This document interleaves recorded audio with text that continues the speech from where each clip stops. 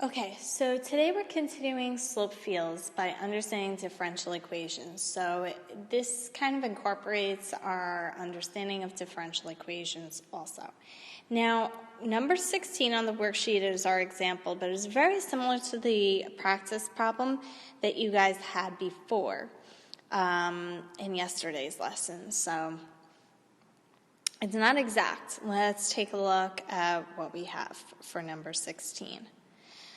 So consider the differential equation given by dy over dx equals xy over 2.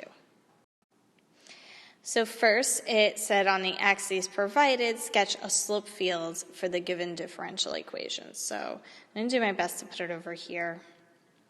And it gave you something like this for your x-axis. And sorry about that. Something like this for your y-axis. So we're only sketching the slope field on here. All right, so if you need a table, write out a table. I showed you how that worked when we first did a slope field. So let's say at 0, 0, I need to put the slope of my tangent line, and that would be 0. Okay, 0 times 0 is 0, 0 divided by 2 is 0. Actually, if x is 0, then, if x is 0, then my slope of my tangent line is 0. And if y is 0, as I was doing, then the slope of my tangent line is 0. So it looks something like this.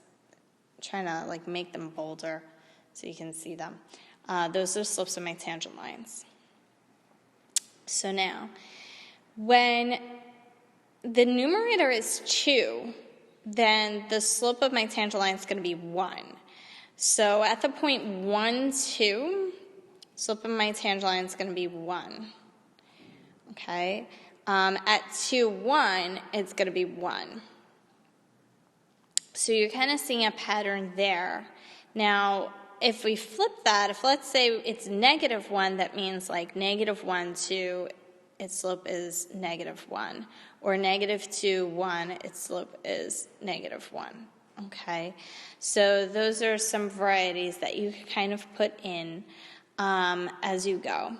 So what's missing here? 1, 1. Well, our slope would be 1/2. It's less steep. It looks kind of horizontal, but let's see if I can fix it a little bit. Not bad. And this would be -1/2. Okay. All right, so that's filling in all around.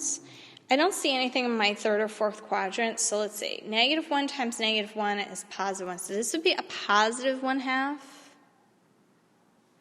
And 1 -1 would be a -1/2. Okay, not too bad. 2 -1 is going to be a -1.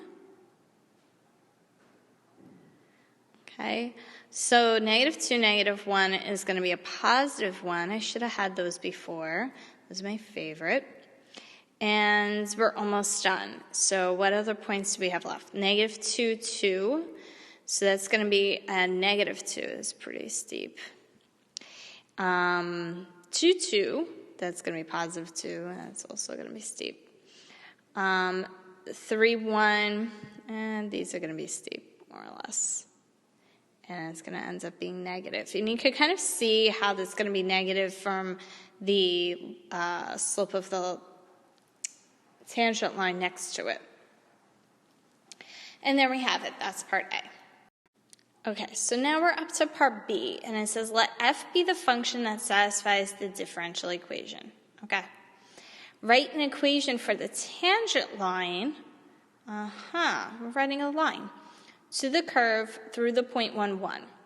Okay, so we have the point 1, 1, and we need the slope, but the slope is for the tangent line. So we need to use dy over dx.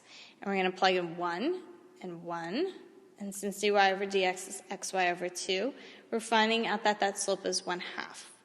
So y equals, or if we're still using point slope form, then it's y minus 1 equals 1/2 times the quantity x minus 1. So this is going to be an equation, okay, for the tangent line. So it's y equals 1/2 x, okay, minus 1/2 plus the 1, so we get plus 1/2, okay? Now, in part B, it says then use your tangent line, this right here, to estimate the value of f of 1.2. So we don't know what our function is, but our tangent line can be used to approximate a value that's close to when x is 1. And so they said x is 1.2. Great. So I'm going to plug in 1.2 into my tangent line. And this is approximating, okay, the value of f of 1.2 to be 1.1, right? Yes. All right, and that's all that they asked. They're not asking for an underestimate or overestimate, okay? So let's see C. C says to find a particular solution, y equals f of x, so now they want the solution, to the differential equation using the initial condition f of 1 equals 1. So again, 1, 1. So here we go. We're going to multiply by 1 over y to both sides of our equation and divide both sides of our equation, multiply both sides of our equation by dx. So we're getting this, and we're going to integrate both sides.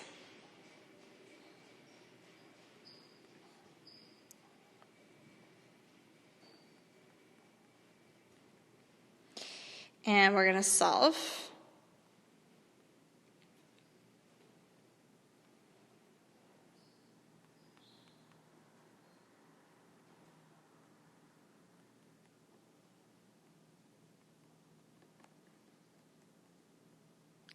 Okay, so somewhere after integration, you should start solving for c. But if you get it down to y equals ce to 1/4 x squared, that's a general solution. Now we have to find our particular solution, and I ran out of space, so give me a second. Okay, so we're still doing part C. We're going to plug in 1, 1.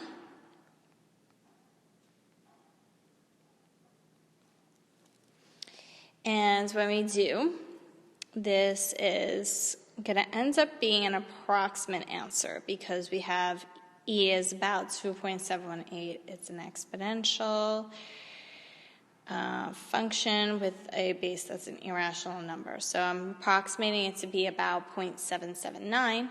So my function, or my y equation, is going to be an approximate one, and it's going to be about 0.779 e to the x squared over 4. And that's part C. So let's check out D. D says to compare your estimate of f of 1.2, okay, found in part B. So that's when we got about 1.1, yes.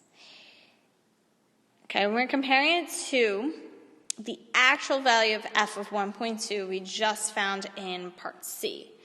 So if we plug in 1.2 into our function,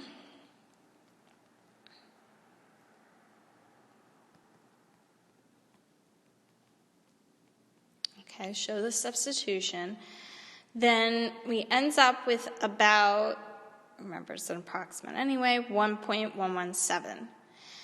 So comparing them, okay, our estimate with our actual, okay, it's a little bit less than what we had, which brings us to part B, part E. What letter is it?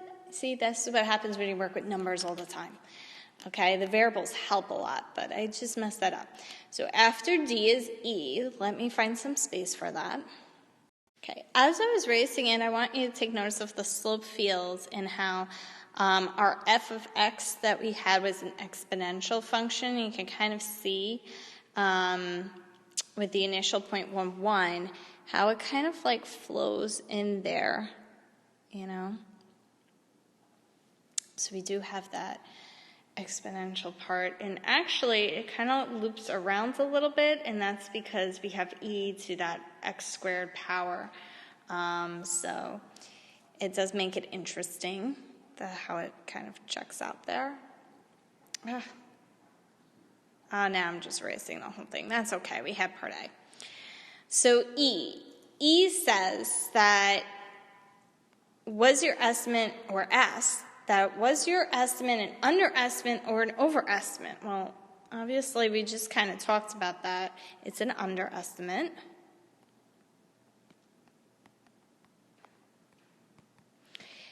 Because it says use your slope field to explain why. So I started to erase it, but at around 1.2,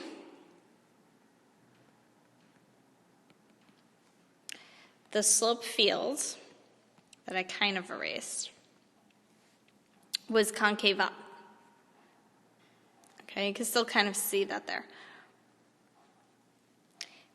Okay, this making it an underestimate.